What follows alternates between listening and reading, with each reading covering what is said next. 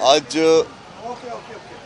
आज election commission में PB45 Quetta 8 का केस लगा हुआ था। ये कोयटा 8 का वाहिद केस है जिसमें फॉर्म 45 जो है हमने इस्टेब्लिश किया कि फॉर्म 45 जैली जो है इशू हुए हैं।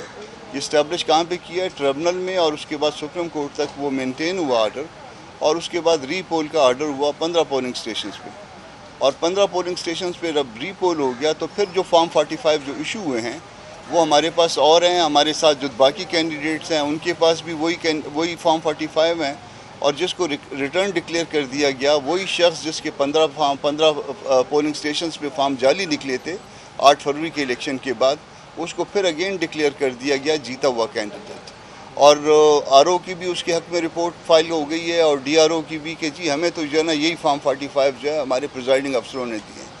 तो बड़ा आसान सा मामला है, इसकी ऑडिट हो सकती है। कैमरे लगे हुए थे तमाम पोलिंग स्टेशंस पे, कैमरों से मालूम हो सकता है कि कैमरों से कि कितने लोग आए थे, कितने वोट कास्ट हुए थे, या कौन कौन से फॉर्म 45 इशू हुए थे। दूसरा जो उसका जो बहुत आसानी के साथ जो ऑडिट हो सकता है वो काउंटर फाइल से ऑडिट हो सकता है। काउंटर फाइल को चेक किया जा सकता है कि काउंटर फाइल से अगर कोई वोट फाड़ के किसी को दिए हैं तो वो ज़ाहिर है वो जो है वो नहीं लगेंगे। उसके बाद जो है ना वो उसमें पता चल जाएगा कि इसमें गड़बड़ हुई है।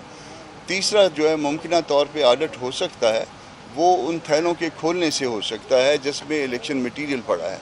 तो ये आसान काम है। इस वक्त सिर्फ 15 पोलिंग स्टेशंस का मामला जो है सुप्रीम कोर्ट में इलेक्शन कमीशन में है, और अगर इलेक्शन कमीशन चाहे और कि किसी दुरुस्त नतीजे पे पहुंचे या वो अपनी ड्यूटी अंजाम दे कि उन्होंने फेयर और फ्री इलेक्शन करवाना है, तो बड़ा आसान सा काम है कि उन 15 पोलिंग स्टेशंस के हलकों को खुलवा ले, उसका ऑडिट कर ले, पता चल जाएगा। 8 फरवरी के इलेक्शन का भी पता चल जाएगा, 8 फरवरी के बाद होने वाले इलेक्शंस का भी पता चल जाएगा।